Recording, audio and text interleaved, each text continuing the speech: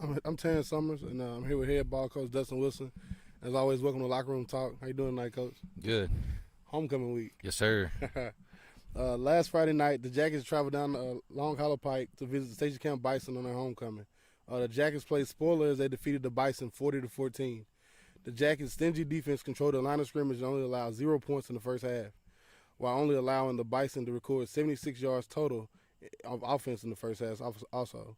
The Jackets' defense was led by senior Jack Holt with 5 tackles and 2 tackles for loss, along with 3 interceptions by Betts, Cam Cobbins, and Villanueva. Beautiful Springfield defense Friday night.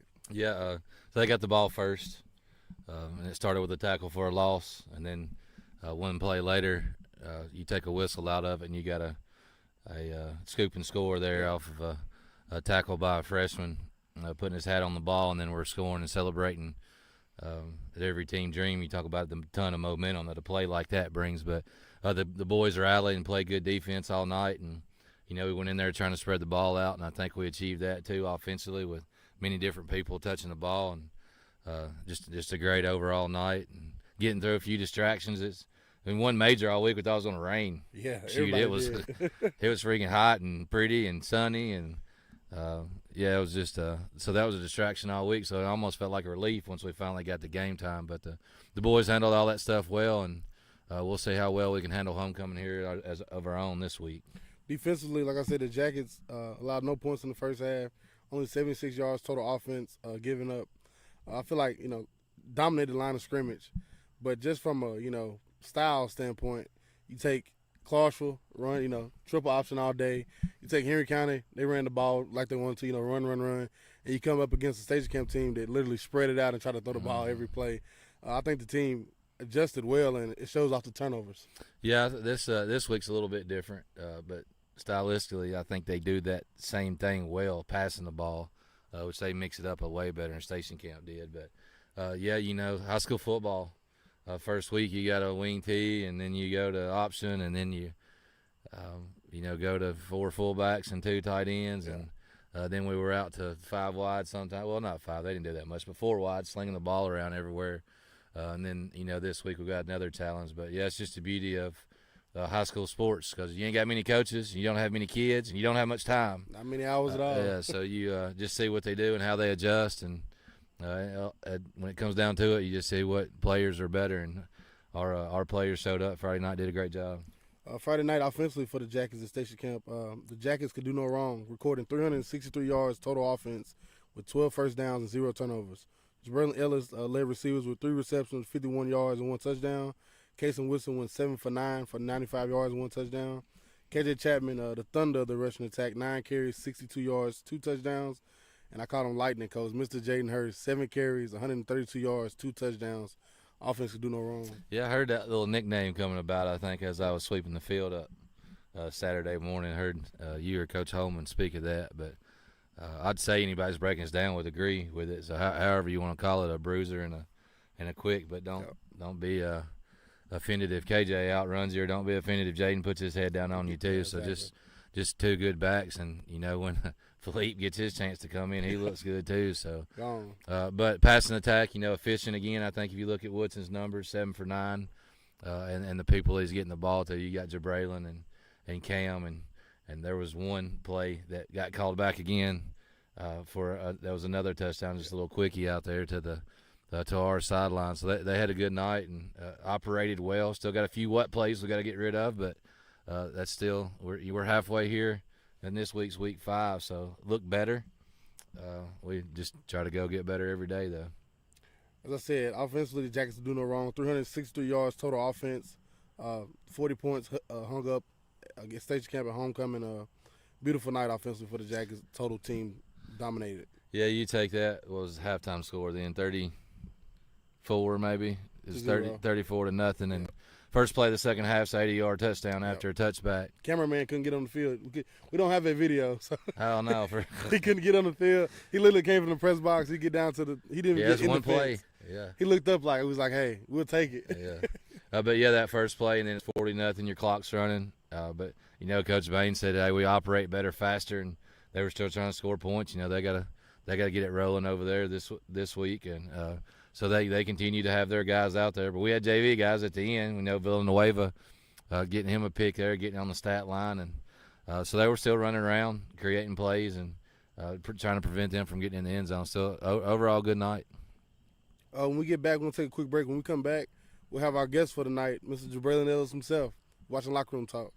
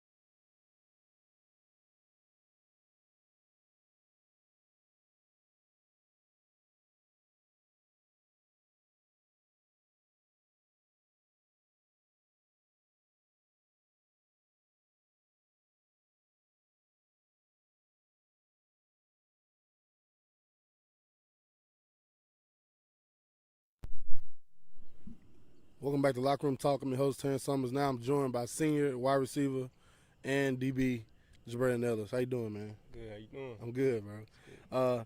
Tell me about your journey through the SHH program. You know, I know you middle school. You know, I know you coach. He was all right. I remember your middle school journey. You know, seeing y'all group stay together and come to high school. What was just that? You know, your journey from freshman year to now, being a senior and being being your team.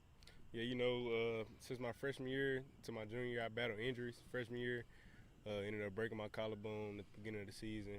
Sophomore year, I think it was Portland game, fractured my hand. Then junior year, first game of the season and pregame, broke my hand again. Still played the whole game, had a decent little game then. So yeah, it really summed it up. So I know your time. I know who, if for you, who would be what, like, you know, some guys you think inspired you coming through up, you know, guys you was behind. You know, you a senior. Yeah. You know, you got young guys who watching everything you do. They following you, trying to catch how you catch, run routes, how you run them. You know, who's some guys you did that out there, you know? Definitely Clarence Cobbins, going up against him during practice definitely made me better. Offensively, Trey Benford, me and him was real close. We were real close still. We had countless days at the field together. He really kind of helped me perfect my routes and everything like that, like you said, catching everything. So, yeah, big shout-out to them, too. Friday night, like I said, I think you, what was it, 3? I got it right here. 3 receptions, 51 yards, 1 touchdown.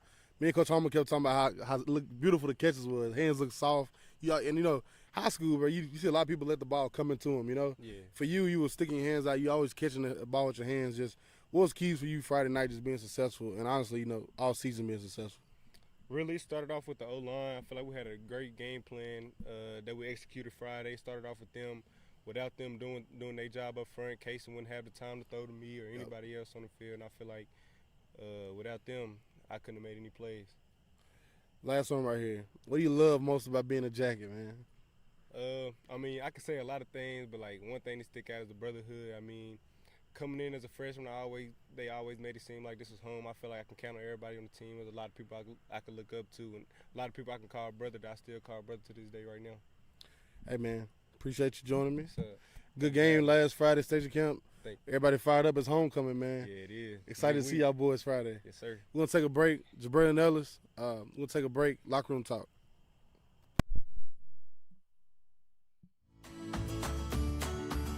Southside Drug Company, located at 1000 South Main Street in Springfield, Tennessee, serving the Springfield community since 1919. Go Jackets!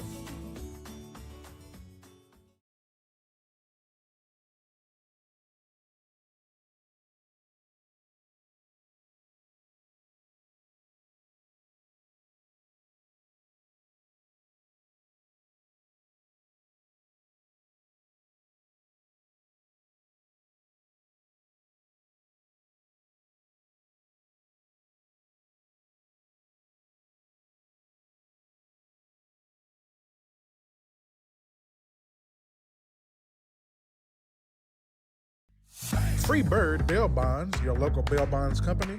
Call Josh England today.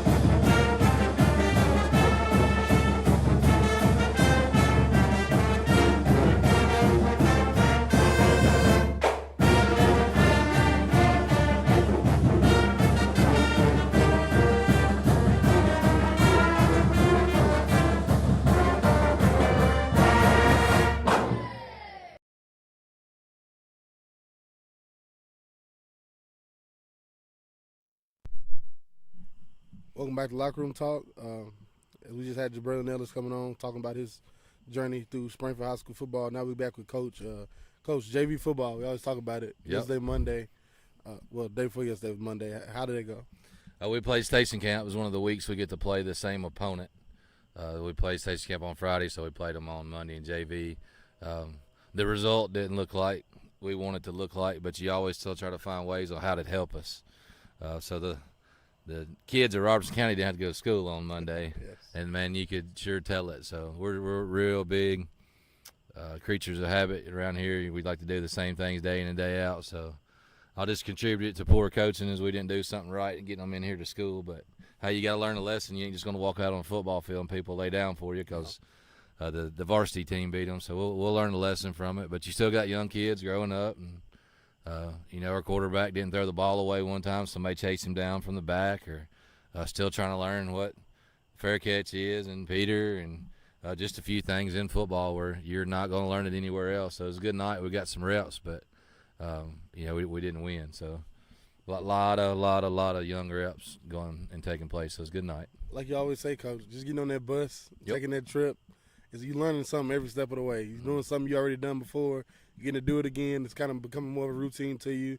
Warming up, all those guys, don't get beyond. A lot of them don't get out here Friday night and warm up, Yes, sir. So being able to warm up before a game and going through the pregame, it's all learning experience. And Doing it again at halftime, coming out after halftime, like you don't ever know what playing after halftime feels all summer long till you get that first game. So it's all learning experience. We're going to take another quick break, and we'll come back and we'll talk about Friday night. Friday night is homecoming for the Jackets. The 3-1 Cougars of Centennial coming to town and try to play spoiler for the Jackets on homecoming. You're watching Locker Room Talk.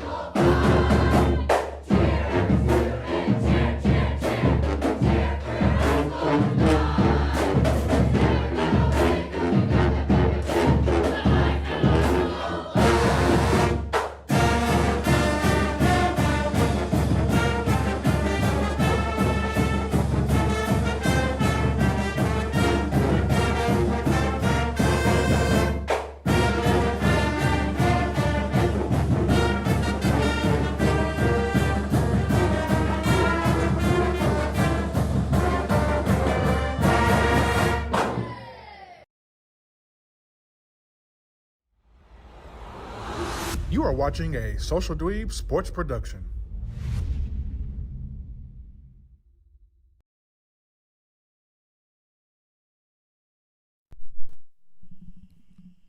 Friday night, the Jackets welcomed the 3-1 Centennial Cougars into the nest for homecoming. Centennial comes in sporting a high-flying pass attack offensively that has scored 106 points over the last 3 weeks. Defensively, they are athletic and good on the back end. All the ingredients for fireworks on homecoming here tonight, Friday night, Coach. Yeah, I think if you want to watch a good high school football game in the area, it sounds like just I agree with you. It's got all the ingredients for one. We'll see what teams show up, but it's going to be a lot of skill on the field.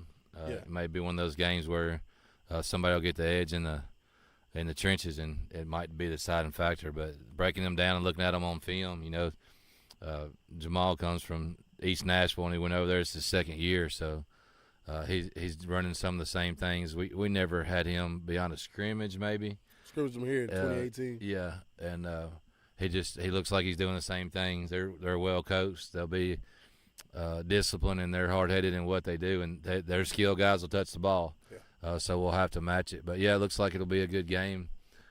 Unique game for you history buffs out there, and you and Randolph hadn't been talking about a matchup with Centennial before because it ain't never – I mean, they're not that old of a school, but it never happened before last year. And we were scheduling, and 2 people needed a game, and now Williamson County student section, they'll bring it. So I hope they pack the stadium, and homecoming side should be right. And their students are liable to fill up our whole side.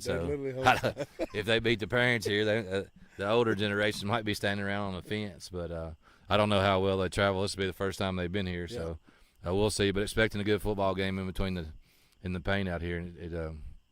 It should be a good one. That's all I got here next, Coach. Home cooking. First trip for them to Springfield. I don't care what you say. This is different. This is definitely different than Williamson County. Absolutely. You take to how those stadiums are built.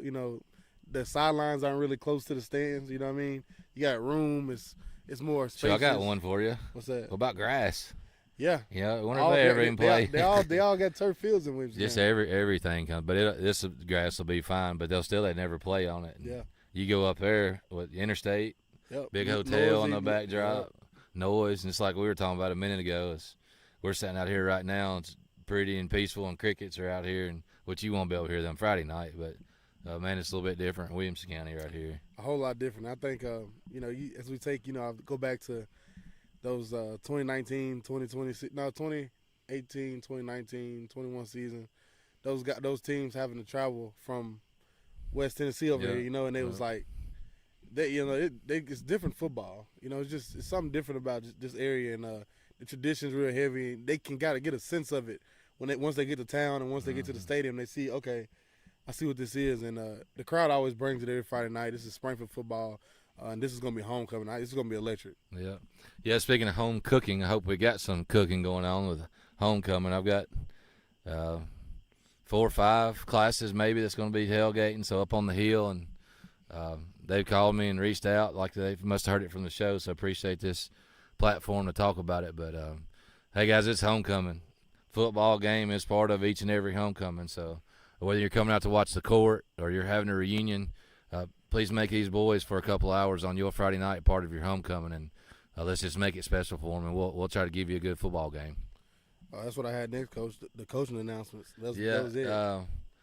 Tailgating, homecoming. The homecoming court's at 6:30. Okay. So it'll be right prior to the game. Also, at the end of the first quarter this weekend, we're inducting the next Hall of Fame class from the Springfield High School and Branchford Hall of Fame we got. So, that class of 6 will walk out on the field and get introduced, although the banquet's the following evening.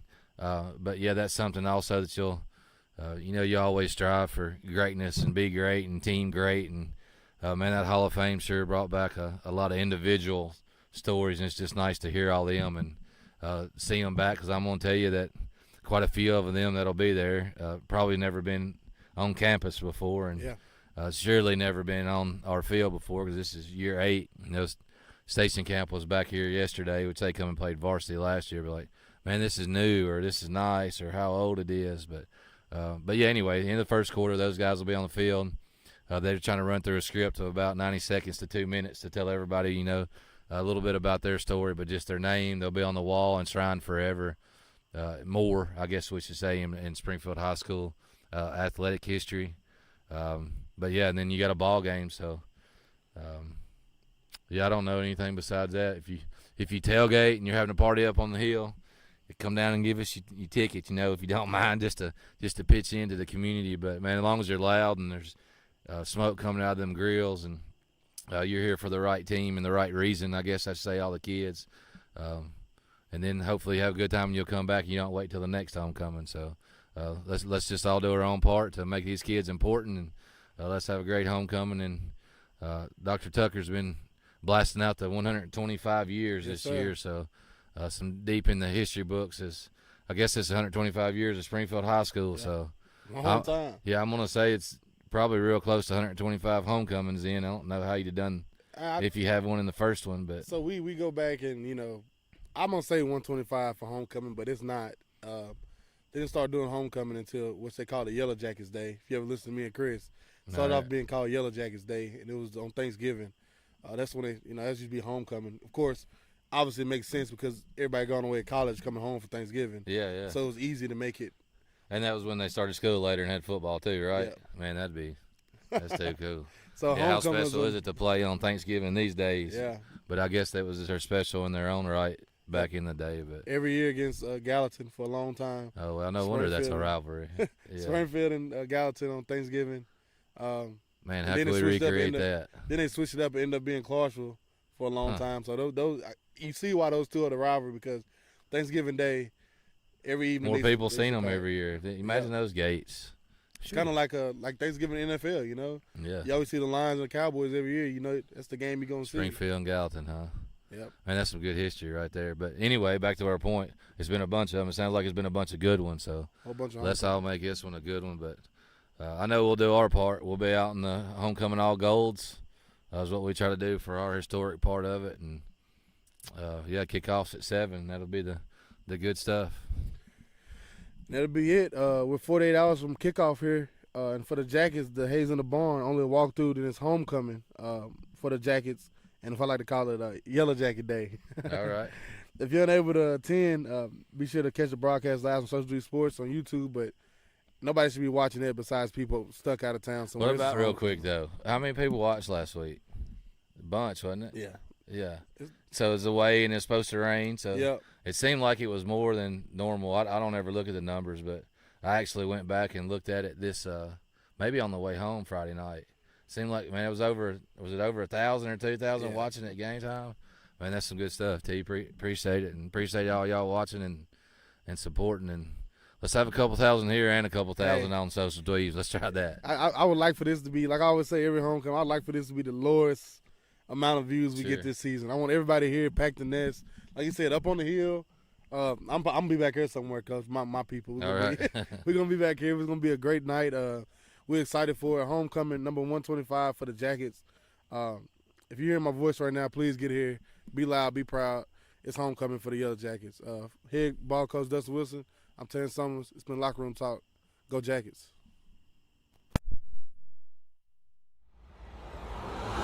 You are watching a Social Dweeb Sports production.